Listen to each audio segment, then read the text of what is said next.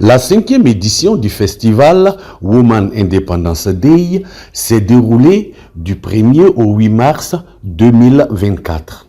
Plusieurs activités étaient au programme. On peut citer les panels, les tables rondes, concerts musicaux et l'innovation cette année, un marché ouvert au grand public avec des marchands venus de pays comme le Sénégal, le Bénin, le Mali, le Tchad et d'ici même la Mauritanie.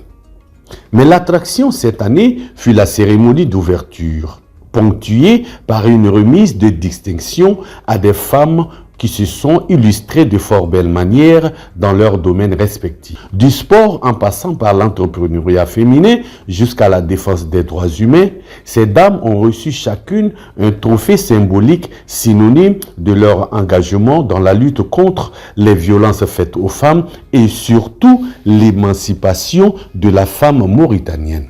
Nous avons saisi l'occasion de tendre notre micro à quelques-unes d'entre elles. A commencer donc par Madame Oumou Kane, directrice de la commission du football féminin et récipiendaire. C'est un honneur vraiment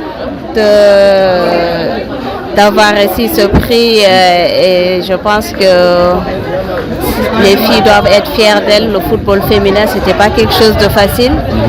Donc, savoir que les gens apprécient le travail énorme qui a été abattu, chose qui n'est pas du tout facile dans un contexte socio-culturel et religieux du pays, mais nous avons quand même réussi à ce que la femme puisse vraiment représenter dignement le pays en portant le maillot national parce que c'est la passion des filles et il faut continuer à les encourager.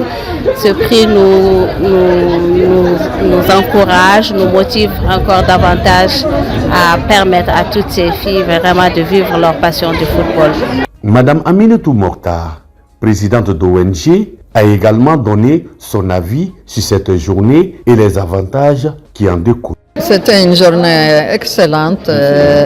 Elle a atteint son objectif. J'estime que c'était quand même pour moi la première fois d'assister à une journée culturelle bien spécifiquement qui traite les problèmes des femmes et qui met en avant le leadership féminin, l'autonomisation économique des femmes et l'ensemble des problèmes des femmes qui aujourd'hui sont la priorité au niveau national, sous-régional et international.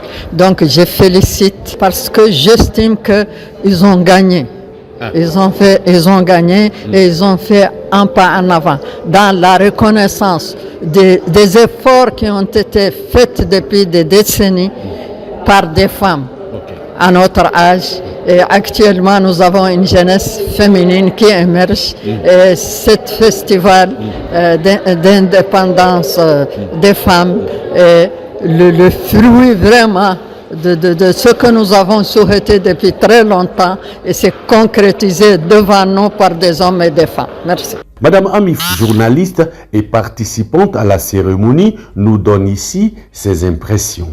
Women Independence Festival commémore la femme et démontre à travers ces activités, nous voyons que beaucoup de femmes arrivent à s'exprimer par les débats avec ces débats. Quant à Madame Amina Habib, fondatrice de Amina Holding, une société de consulting en entrepreneuriat féminin.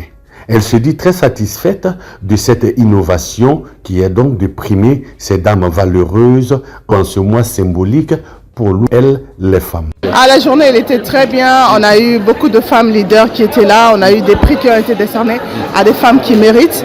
Et puis la cérémonie était bien. La séance de théâtre à la fin était très bien. On se rend compte que les jeunes sont de plus en plus conscients de ce qu'il y a à faire et que la femme aujourd'hui, elle est prête à prendre son destin en main.